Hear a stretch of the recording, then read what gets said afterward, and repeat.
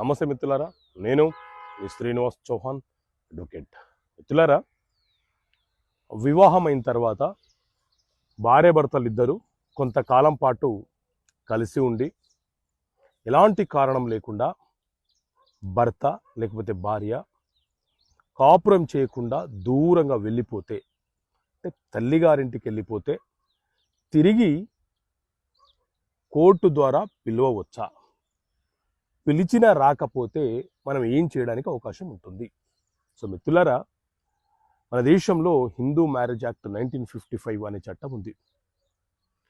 ఈ marriage act ప్రకారంగా హిందూ సాంప్రదాయ ప్రకారం ఎవరైతే వివాహం చేసుకుంటారో వారందరూ కూడా ఈ చట్టం ప్రకారంగానే విడాకులు తీసుకోవాలన్నా, భార్యాభర్తలు కలిసి ఉండాలన్నా ఈ చట్టం ప్రకారంగానే ముందుకెళ్ళాలి, ప్రొసీడింగ్ కావాలి.